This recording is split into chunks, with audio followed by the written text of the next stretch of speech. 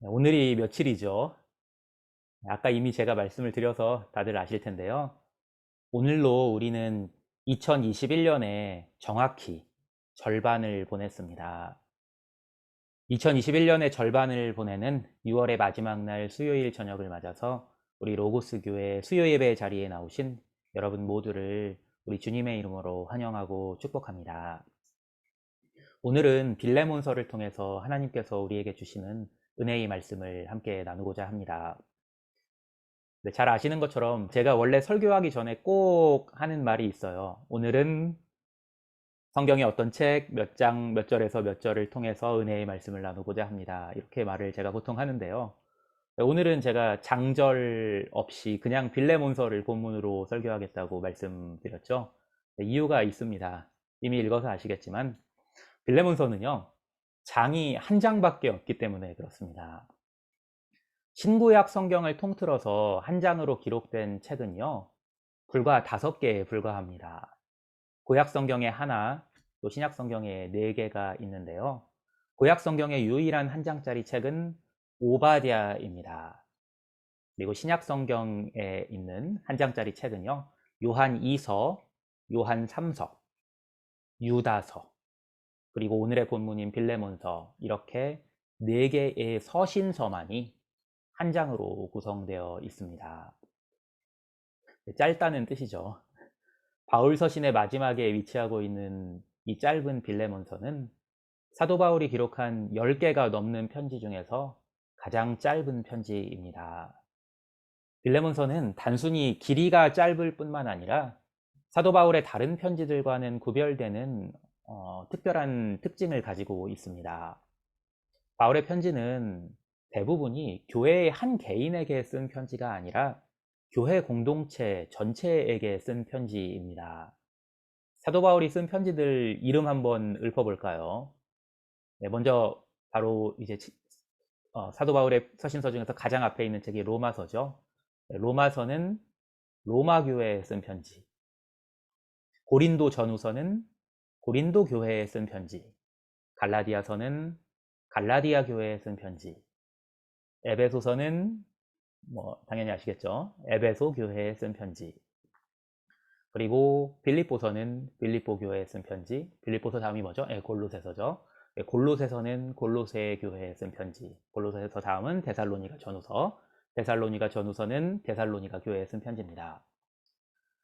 그 뒤에 있는 디모데 전후서와 디도서가 디모데라는 또 디도라는 개인에게 쓴 편지이기는 합니다만 디모데와 디도는 한 지역의 전체 교회를 대표하는 교회의 지도자였습니다. 오늘 본문인 빌레몬서만이 바울이 한 명의 교인 개인에게 쓴 편지입니다.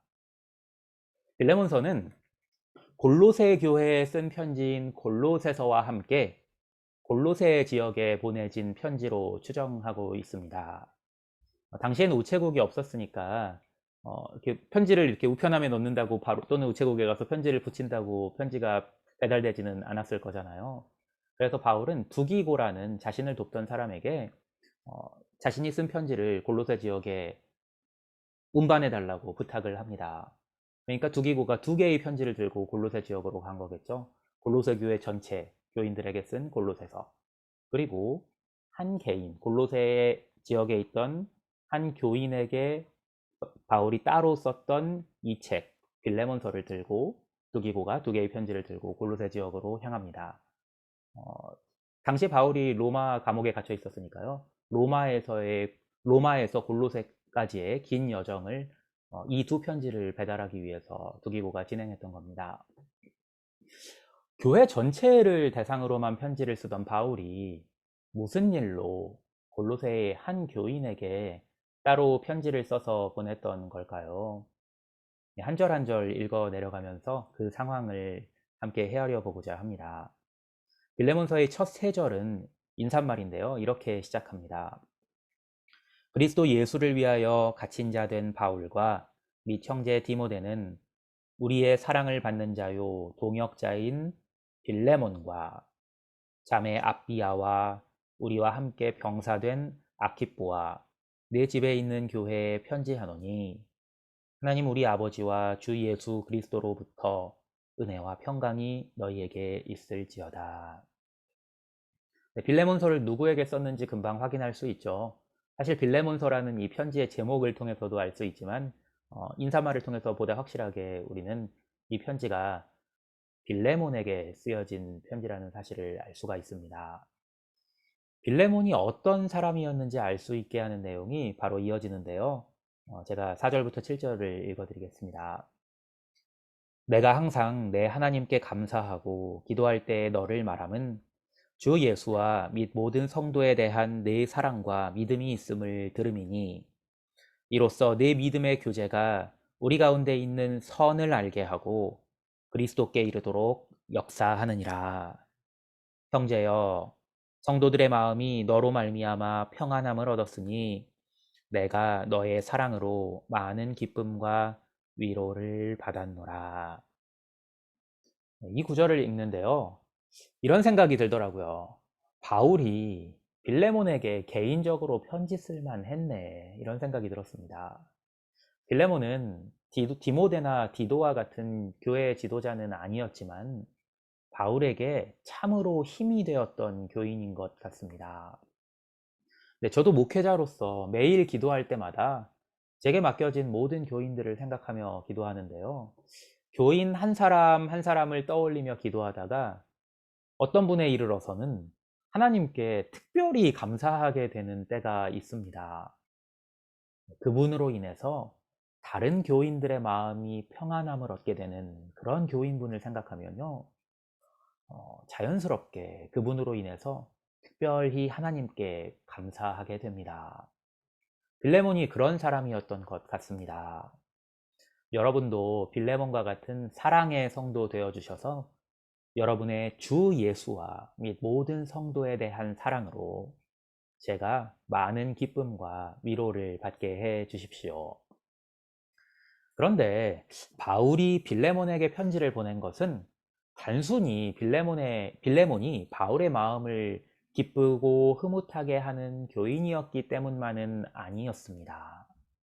골로새 교회 전체에 골로새서라는 편지를 쓰는데 골로새 교인 중에 특별히 마음에 드는 사람이 있다고 해서 그 사람에게만 따로 편지를 써서 보내지는 않았겠지요.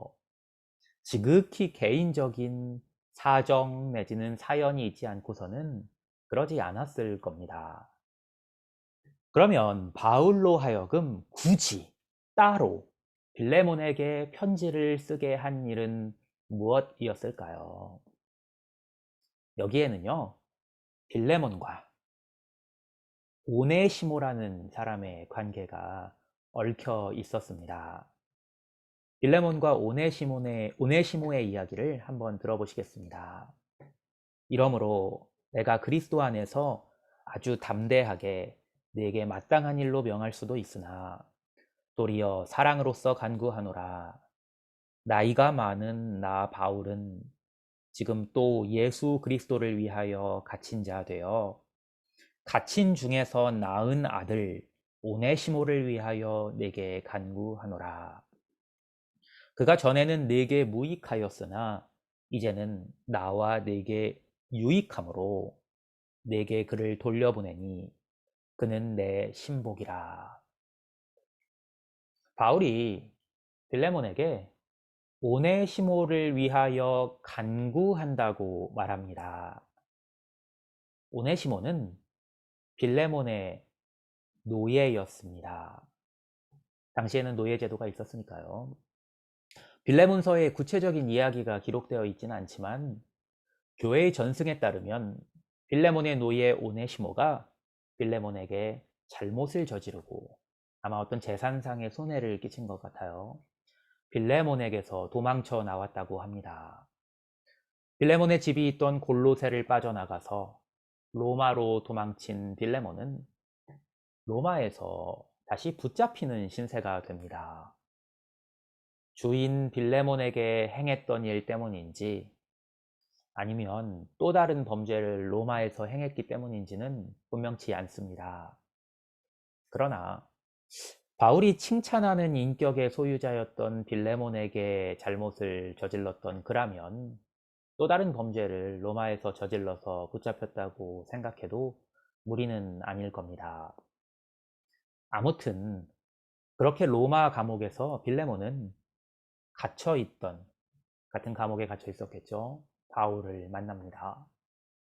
아마 바울에게서 예수 그리스도의 복음을 듣고 회심했을 겁니다. 그리고 그의 인생이 바뀝니다. 어떻게 바뀌냐면 그의 이름대로 바뀌게 됩니다. 오네시모의 이름 뜻이 뭔지 혹시 아세요? 오네시모는요, 유익하다는 뜻입니다. 근데 재밌게도 바울은 지금 이 편지에서 빌레몬에게 오네시모에 대하여 말하기를, 그가 전에는 내게 무익하였으나 이제는 나와 내게 유익한 자라고 말합니다.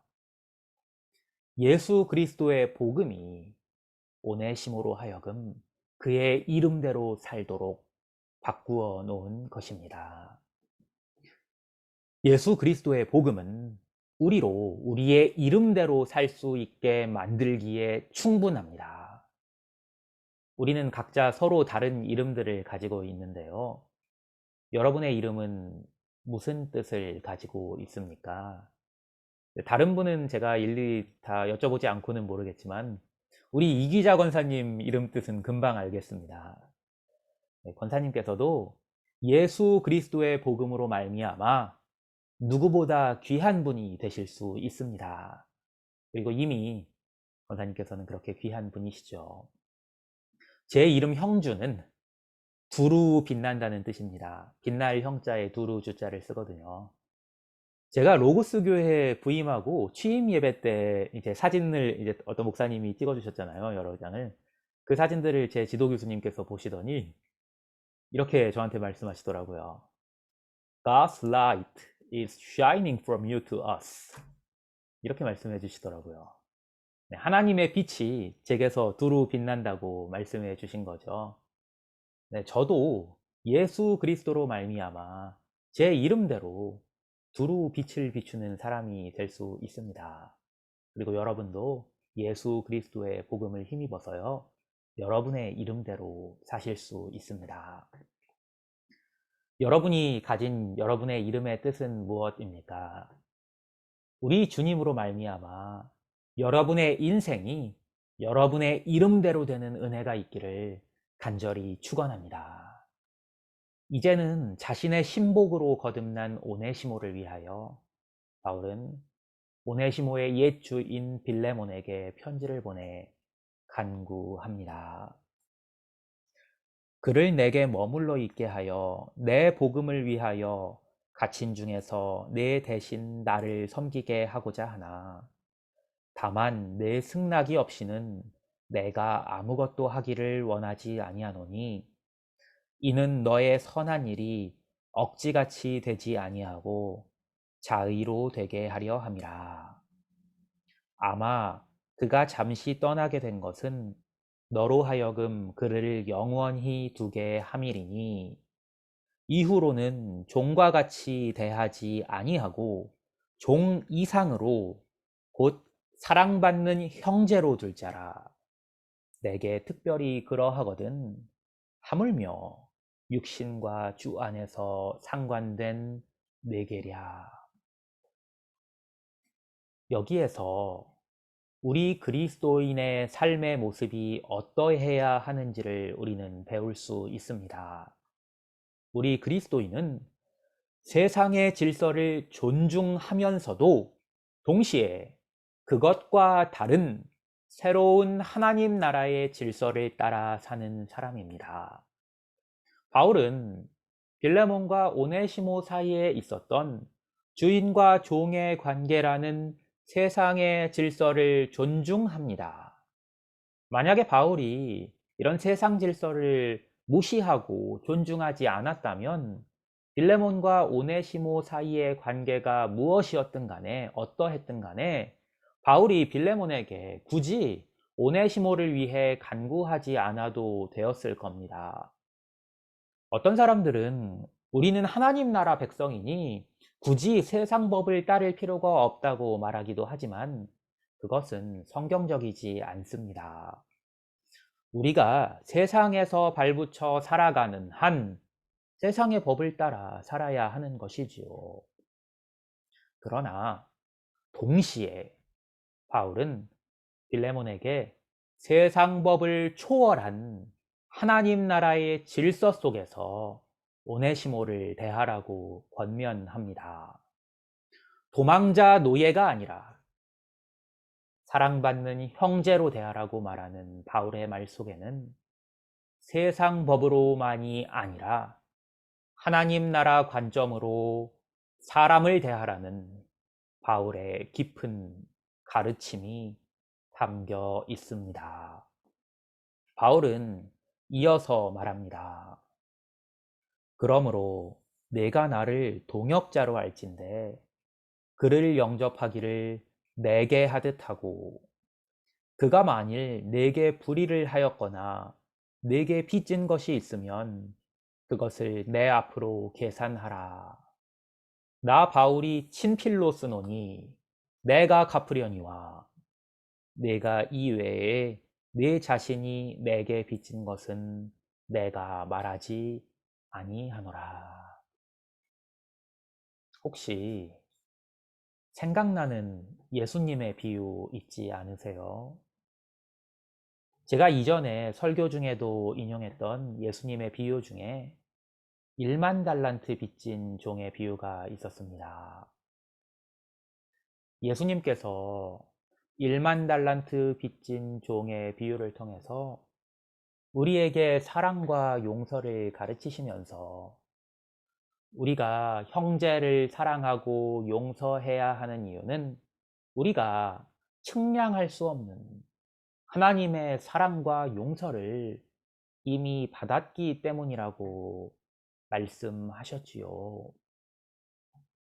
추측하건대 빌레몬은 바울을 통해 복음을 듣고 구원받은 사람이었을 겁니다. 그러므로 빌레몬은 바울에게 아주 크게 빚진 사람이었습니다. 여러분도 혹시 여러분에게 복음을 전해서 여러분을 구원에 이르게 했던 사람을 기억하시나요? 네, 여러분은 그 사람에게 큰 빚을 지신 겁니다. 그렇다고 그렇게 큰 빚을 어, 베풀었다고, 그러니까 바울이 빌레몬에게 그렇게 큰 은혜를 베풀었다고 해서 바울이라고 자기가 빌레몬에게 행한 일을 굳이 생색내고 싶었겠습니까? 그럼에도 바울은 오네시모와 빌레몬을 화평케 하기 위해서 굳이 어렵사리 자신이 한 일을 생색을 냅니다. 저는 여기서 예수님께서 1만 달란트 빚진 종의 비유를 들려주셨을 때 어떤 마음이셨을까 생각해 보았습니다. 어찌 생각하면요, 예수님께서도 하나님께서 베푸신 사랑과 용서에 대해서 생색을 내신 겁니다. 그렇게 생색을 내시면서까지 예수님께서 우리에게 우리의 형제를 사랑하고 용서하라고 말씀하셨습니다. 우리 주님께서 우리가 형제를 사랑하고 용서하기를 얼마나 원하시기에 그러신 것일지 헤아려 보십시오. 주님께서는 그토록이나 우리가 형제를 사랑하고 용서하기를 원하십니다. 여러분은 그렇게까지 우리에게 형제를 사랑하고 용서하라고 말씀하시는 주님의 음성에 어떻게 반응하시겠습니까? 빌레몬은 바울의 이 편지를 받고 오네시모를 용서하고 돌아온 그를 더 이상 자신의 종이 아니라 자신의 형제로 맞았다고 합니다.